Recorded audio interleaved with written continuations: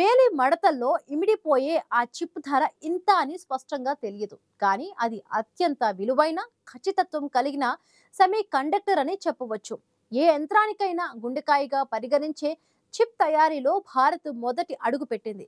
పూర్తి స్వదేశీ made in India chip Vikram 32ను మోదీ ఆవిష్కరించారు.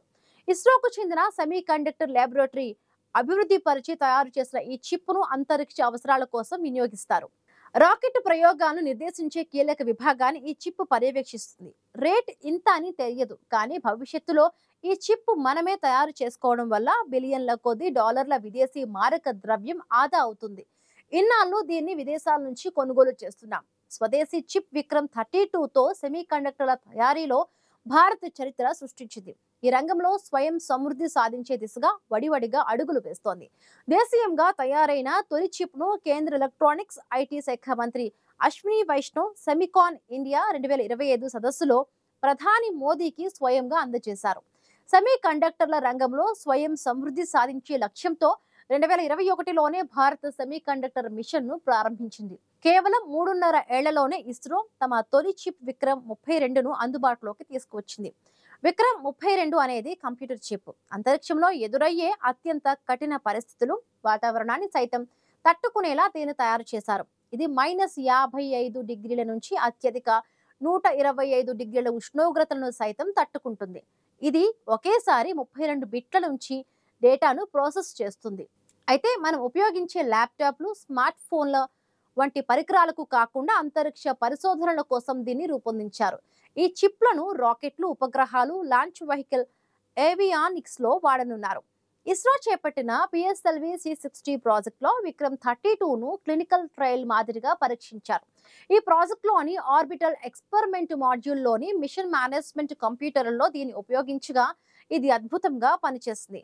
సెమికాన్ ఇండియా 2025లో విక్రమ్ 32 చిప్ ను ప్రధాని మోదీ అందించిన సందర్భంగా కేంద్ర మంత్రి అశ్విని వైష్ణవ్ మాట్లాడుతూ, భారత్లో కొత్తగా 5 సెమీ కండక్టర్ యూనిట్ల నిర్మాణం జరుగుతోందని చెప్పారు.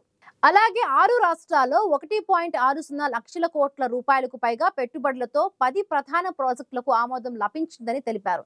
డిజైన్ లింక్డ్ ఇన్సెంటివ్ స్కీమ్ కింద 23కి పైగా డిజైన్ స్టార్టప్లను ప్రోత్సహిస్తున్నామని, దీంతో ప్రపంచ సెమీ కండక్టర్ రంగంలో భారత్ ఓ వెలుగు వెలగనుందని చెప్పారు.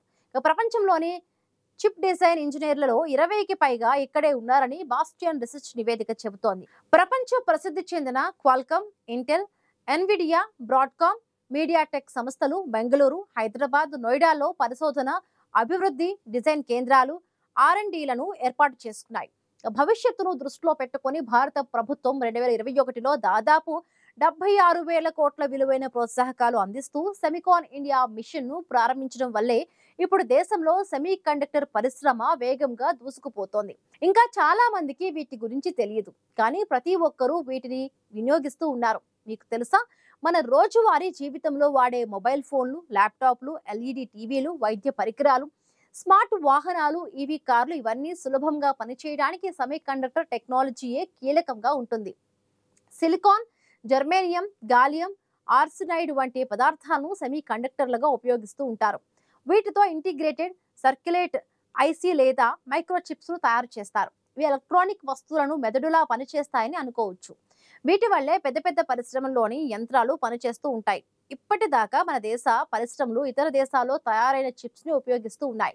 అయితే సెమీ కండక్టర్ చిప్స్ తయారీ అన్ని పరిశ్రమల్లో ఉండదు. దీనికి అరుదైన ఖనిజాలు అవసరమవుతాయి. అత్యంత ఖరీదైన యంత్ర పరికరాలు కావాల్సి ఉంటుంది. ఖచ్చితత్వపు యంత్రాలు కావాలి. స్కిల్డ్ లేబర్ అవసరమవుతుంది. అందుకే ఈ ఎకో సిస్టమ్ అందుబాటులో ఉన్న దేశాలలో మాత్రమే ఇన్నాళ్ళు చిప్స్ పరిశ్రమ అభివృద్ధి చెందింది. ముఖ్యంగా తైవాన్, చైనా, దక్షిణ కొరియా, జపాన్, అమెరికా లాంటి దేశాల్లోనే చిప్స్ తయారవుతున్నాయి.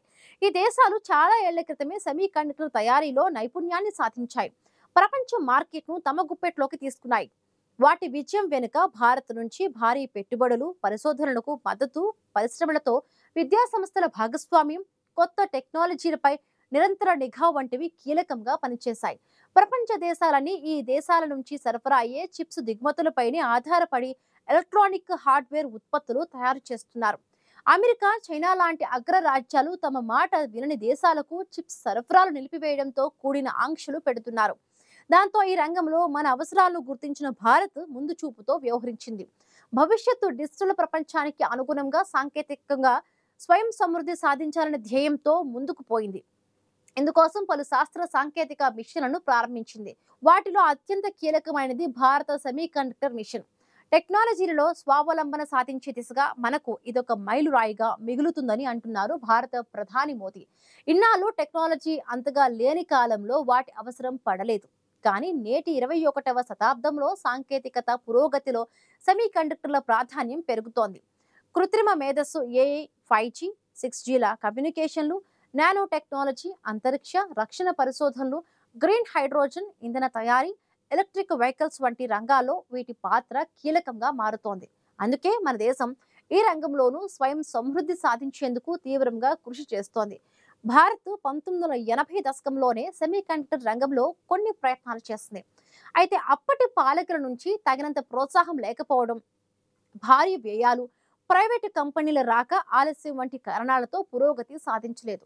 టీవీలు, మొబైల్ నుంచి రాకెట్ల వరకు కావలసిన మైక్రోచిప్స్ అన్నింటినీ మనం విదేశాల నుంచి కొనాల్సి వస్తోంది. భవిష్యత్తులో విదేశీ సంస్థలు, ప్రభుత్వాలు దిగుమతులపై నిషేధం విధిస్తే కొన్ని దశాబ్దాల పాటు సాంకేతికత ప్రగతి నిలిచిపోతుంది.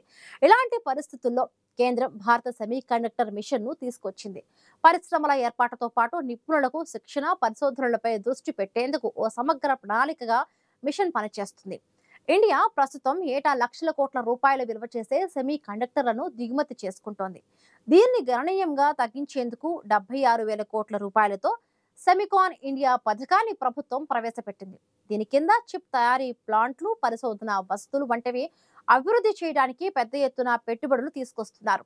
ప్రభుత్వ నిధులతో తయారీ ప్లాంట్లకు మద్దతుగా శిక్షణా కేంద్రాలు, పాఠ్యాంశాల మార్పులపై ప్రత్యేక దృష్టి సారించారు.